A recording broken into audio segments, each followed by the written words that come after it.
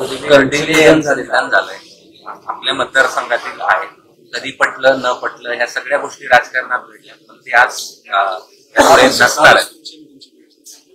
खरं शिवाजीरावच्या निधनानं खरं मला अतिशय धक्का बसला.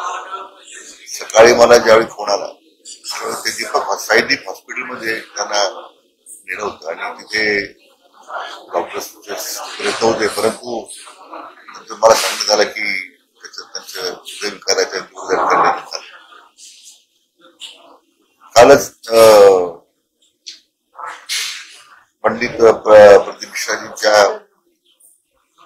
महाशिवपुराणाच्या कथेनिमित्तानं ते घरी आले होते. आम्ही बरोबर दुपारी भोजन घेतलं.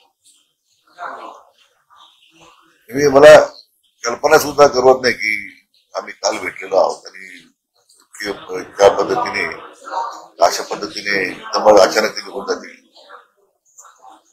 तरी त्यांचे खरं 2 ऑपरेशन झाले होते मणक्याचे आणि त्यातून त्यांना त्रास होत होता. परंतु शिवाजीराव ते निर्णवलेला एक नेता होता. कार्यकुशल, सक्षम, लोकांच्या प्रति समर्पित अशा प्रकारचं त्यांची आयुष्यभर त्यांची वाटचाल राहिली. मी त्यांना किती 25 वर्ष ओळखतो. तिथे आमचे मतभेद झाले, तिथे बरोबर राहिलो, परंतु कटुता कधी आली नाही. आज जिल्हा मध्यवर्ती सहकारी बँकेचे अध्यक्ष म्हणून त्यांनी अतिशय उत्तम काम केलं. जे निर्णय सरकारला विपरीत नव्हते शेतकऱ्यांच्या प्रती, ते आपल्या अहमदनगर जिल्हा मध्यवर्ती बँकेने घेतले आणि एक लोकाभिमुख ज्या बँकेचं स्वरूप त्यांच्या काळामध्ये त्यांनी आणण्याचा प्रयत्न केला.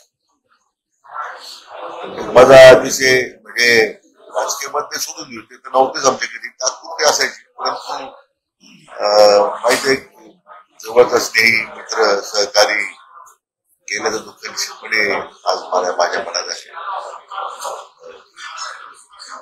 आता त्यांच्या दुःखाच्या निधनानं त्यांच्याही दुःखाचा आज त्या ठिकाणी संकट आलेलं आहे. त्यातून सावरण्यासाठी परमेश्वरानं त्यांना संधी द्यावी आणि शिवाजीरावनं मी भावपूर्ण आदर दिला.